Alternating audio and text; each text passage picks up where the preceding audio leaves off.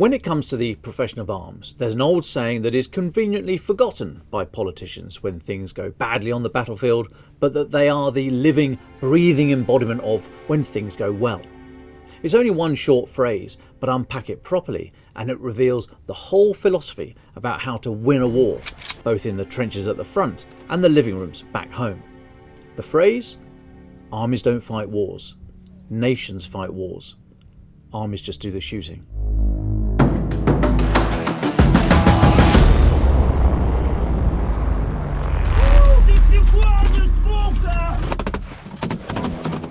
Britain, as a nation, allowed that simple phrase to slip from our minds during the long years of counterinsurgency campaigning after 9/11. Successive British governments outsourced the problem of building a new nation in Afghanistan to the Ministry of Defence, a role it was never going to be able to fulfil. The lack of interest from central government was palpable and eventually led to the defeat of the national aims of Britain and the international coalition deployed alongside, even if the military forces on the ground largely prevailed when in contact with the enemy. So what went wrong? To answer that and analyse whether Ukraine and Russia are approaching this war in a way most likely to lead to success, it's worth looking at the philosophical underpinnings for how national will in its totality, as expressed through the military, economic, political and societal levers of power, is coordinated, organised and deployed against an opponent. One way military commanders look at a campaign is through the geographic lens of deep, close and rear operations. Deep, those long-range precision artillery and missile strikes, attacks by special forces or partisans, and commando raids to destroy key infrastructure like airfields or radar stations. Close, the intense and violent contact battle where most of the physical fighting happens.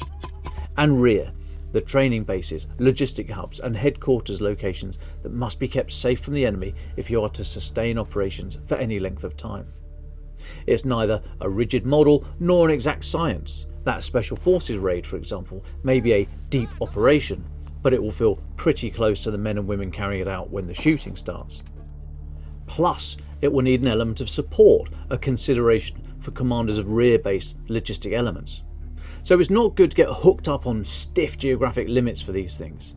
Instead, commanders just need to understand the broad concept, but be clear in their own minds how each element sits in relation to the others. That way, they will have a feel for when things are out of balance, or if something's been overlooked, or if an opportunity is about to be missed. How do you galvanise society such that the actions of a number 2 in a mortar team at the front are completely in line with those of a number 2 in a local football team in the rear? How do you ensure such disparate elements are mutually supporting? What is the link between General Kirill Budanov, the head of Ukraine's military intelligence, spending 30 seconds staring at us without uttering a word in Ukraine's recent Plans Love Silence tweet, and President Zelensky taking risks by visiting the front lines and posing for selfies in petrol stations? And why did the President prioritise his time in the middle of a war to visit a book fair? The answer is to think of deep, close and rear operations as more than just a geographic framework. Expand it into the architecture needed for the battle in the mind, which is, after all, where wars are won and lost. In this sense, deep operations are there partly to get into the enemy's head, to unsettle and to spook. If I was a Russian conscript in a trench in southern Ukraine, waiting for the tsunami of Kyiv's counteroffensive to break over me, General Budanov's silent self-confidence and almost imperceptible smirk at the end of his tweet would terrify me.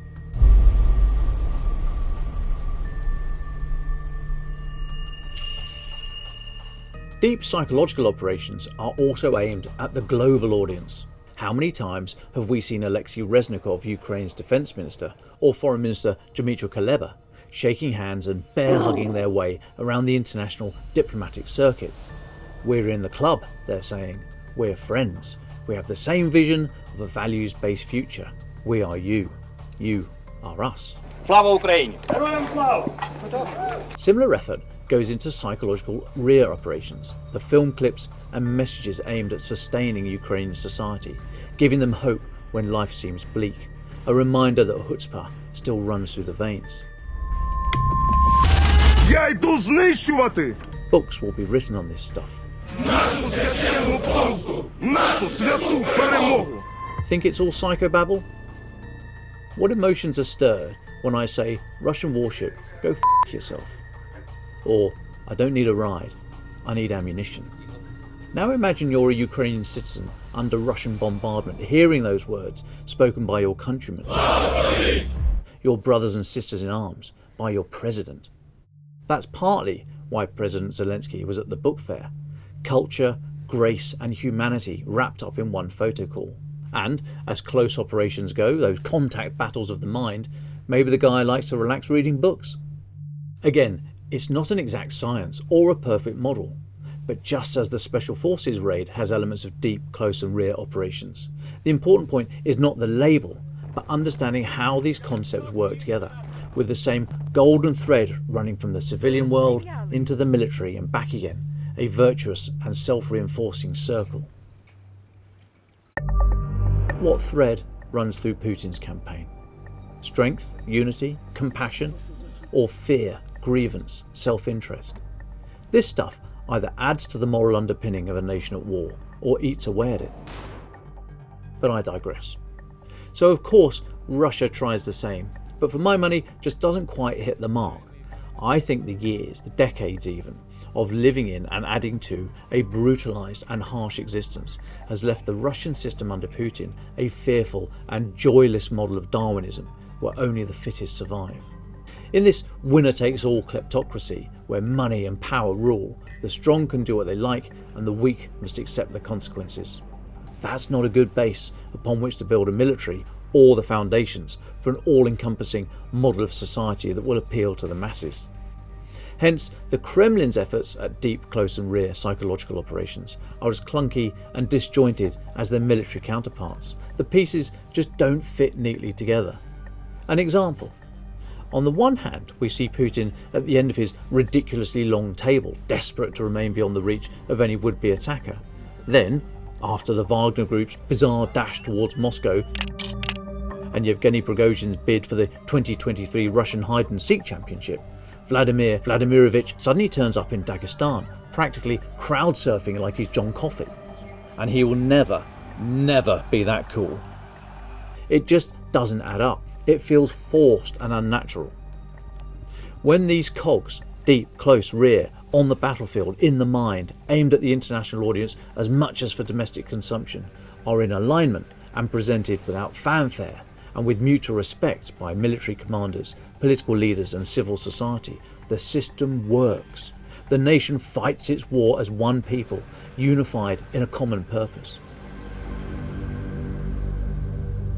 But if the machine is built on fear and driven by one lonely man at the end of a long table and an even longer list of threats, the structure may grind on for a while, but cracks will start to appear like the Wagner dash, until eventually, one day, things fall apart and the centre can hold no longer.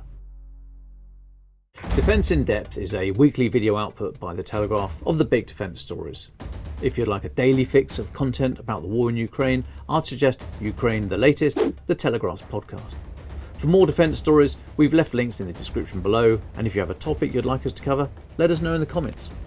Please do visit our website for the latest updates, news and analysis, or failing that, you could read a paper.